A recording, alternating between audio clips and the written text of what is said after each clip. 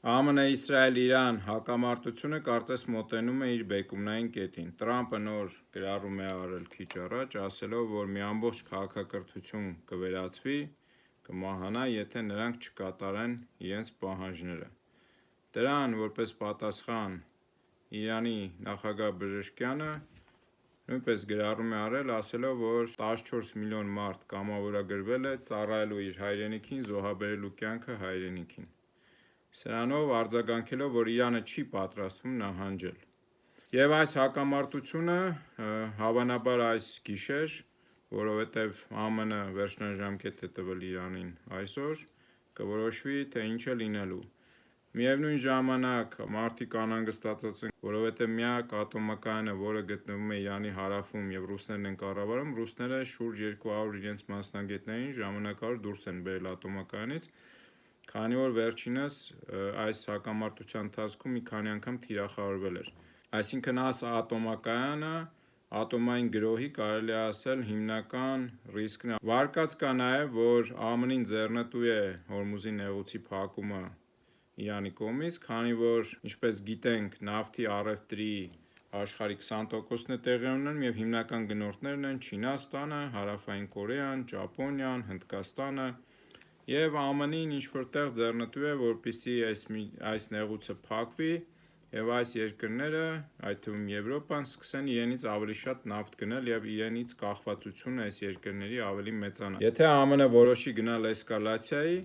ապա նրանք հավանաբար կհարվածեն Իրանի հարավում գտնվող այդ նավթի հիմնական պաշարները այդտեղից են կորզում,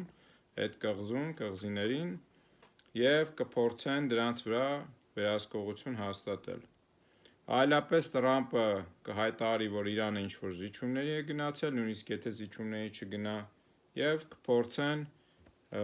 այս լարվածությունը թուլացնել։ Այս պրոցեսին նաև ներգրավել է ԱՄՆ-ի փոխնախագահը, որը փորձում է Պակիստանի միջոցով բանակցություններ սկսել Իրանի հետ։ Իրանը, քանի որ երկու անգամ բանագնացի բանակցությունների ընթացքում նրանք հարվածեցին Իսրայելի հետ Իրանին, Իրանը այլևս չի վստահում ԱՄՆ-ին և դրա համար չեն ուզում հետները բանակցությունների նստեն, ասում են ձեր խոսքը արժեք չունի, քանի որ երկու անգամ ձեր հետ նստել ենք բանակցությունների, դուք մեզ այդ ընթացքում հարձակվում եք մեր վրա և հարվածում եք։ Ես հասկանում եմ, որ ասածներից մեջ հստակություն չկա, բայց հակամարտությունները այդպիսին են, նույնիսկ որոշող կողմերը թվում է, թե որոշող են, բայց իրենք էլ մինչև վերջի պահը, մինչև որոշում կայացնելը վստահ չեն, թե որ ճանապարհն է ամենաճիշտը։ Եվ հավանաբար այսօր արդեն այդ բեկումնային կետը կանցնեն և կհասկացվի, թե հակամարտությունը դեպի որ կողմ է գնում։ Ես կարծում եմ, որ հակամարտությունը նույնիսկ եթե սրվի, նա մոտենալու է ավարտին այս շաբաթների ընթացքում, բայց ամեն դեպքում այդ զիջումները լինելու են փոխադարձ, ոչ միայն Իրանն է զիջումների գնալու, այլ նաև ԱՄՆ-ը,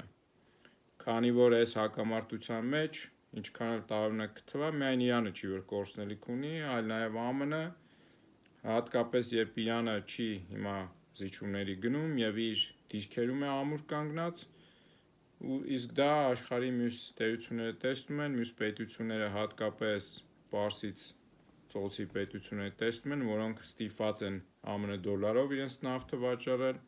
դրանք այստեղից հետևություններ անելու են, իսկ այս ամենը